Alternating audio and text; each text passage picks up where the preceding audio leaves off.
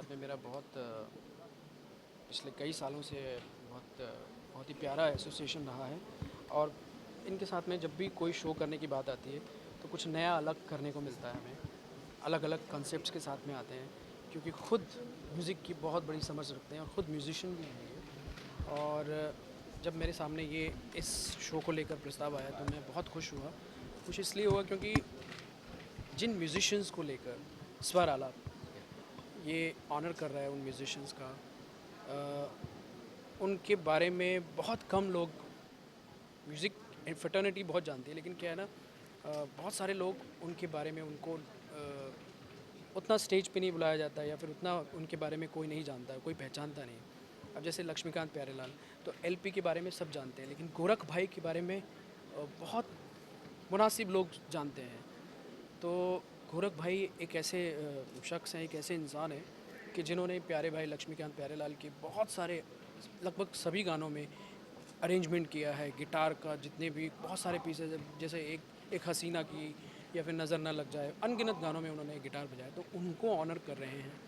फिर राशिद भाई हैं, राशिद खान साहब बुलबुल तरंग में एक वाहिद शख्सियत हैं और एक अकेले एक जिनको कह सकते हैं कि ना, एक इंडस्ट्री में एक ही नगीना है वो, उनका हम ऑनर कर रहे हैं। तो दिनेश जी ने मुझे बताया कि ये उनका हम ऑनर कर रहे हैं और उसमें आपका हम परफॉर्मेंस चाहते हैं। तो मैंने कहा मैं तो हमेशा राज़ी हूँ और हमेशा मैं आपके साथ में हूँ, आप मुझे याद रखते हैं।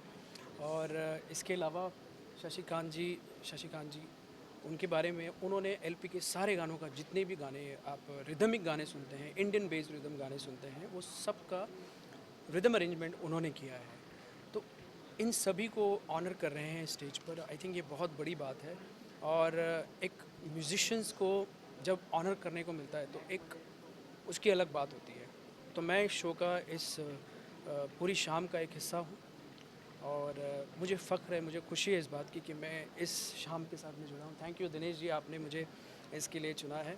और मेरी कोशिश ये रहेगी कि जो आने वाली ऑडियंस है वो इस शो का भरपूर मज़ा ले और मेरे परफॉर्मेंस का मज़ा उठा के जाए। एक लाइव कॉन्सर्ट करना और एक और स्टूडियो में ऑडियो रिकॉर्ड करना, वो कितना डिफरेंस लगता है आपको? दोनों मुख्तलिफ़ चीज़ें हैं, दोनों अलग अलग चीज़ें हैं, दोनों का अपना एक मज़ा है। जब आप रिकॉर्डिंग स्टूडियो में रिकॉर्ड कर रहे हैं तो आप एक ही चीज़ को 100 बार रिकॉर्ड कर सकते हैं, लेकिन ऑडियंस के सामने आपको वन टेक होके होना पड़ेगा।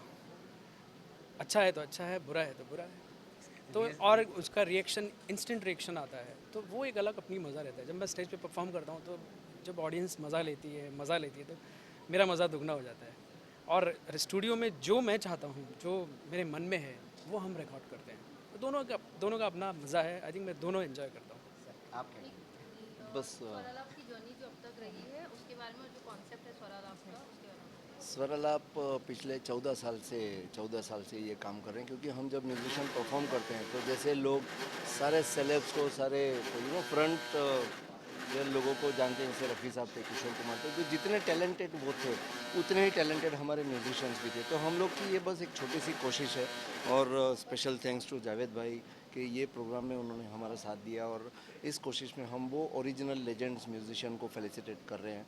और ये कोशिश बस उसी का ही एक हिस्सा है। ये प्रोग्राम भी उसी सिलसिले का एक प्रोग्राम है।